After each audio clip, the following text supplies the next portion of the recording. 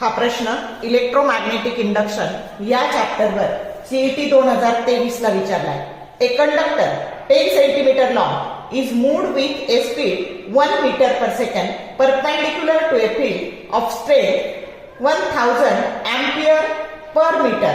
The EMF induced in the conductor is given mu 0 that is equal to 4 pi into 10 raised to minus 7 Weber per ampere meter. Option A pi millivolt, B 2 pi millivolt, C 40 pi microvolt and D 4 pi microvolt. आता आपल्याला काय काय दिलंय तर length दिली 10 centimetre. 10 centimetre that is nothing but 10 into 10 raised to minus 2 म्हणजेच 10 raised to minus 1 metre.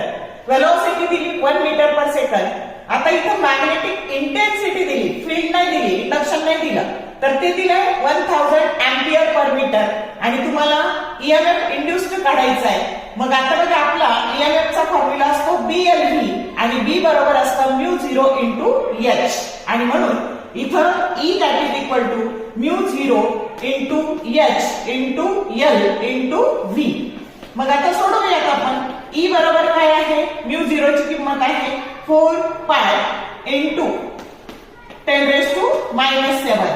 त्याच्यानंतर हे आहे 1000, याला आहे 10 raised to minus 1 आणि V आहे 1.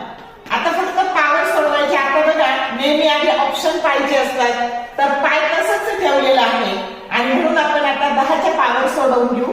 4 पाय इंटू आता हे 10 raised to 3, मग हे टोटल झाले 10 raised to minus 8 आणि minus 3 म्हणजे 10 raised to minus 5.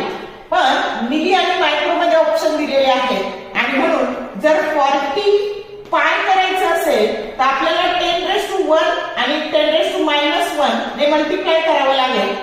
म्हणजे हे 4 पायला 10 ने मल्टिप्लाय करा आणि 10 raised to minus 1 ने आणि हे 10 raised to ऑलरेडी minus 5 आहे. मग आता हे काय झाले तर हे 10 आणि हे 4 हे झाले 40 pi into 10 raised to minus 6 आणि मग तुमचा ऑप्शन आला E बरोबर 40 पाय मायक्रोव्होल्ट.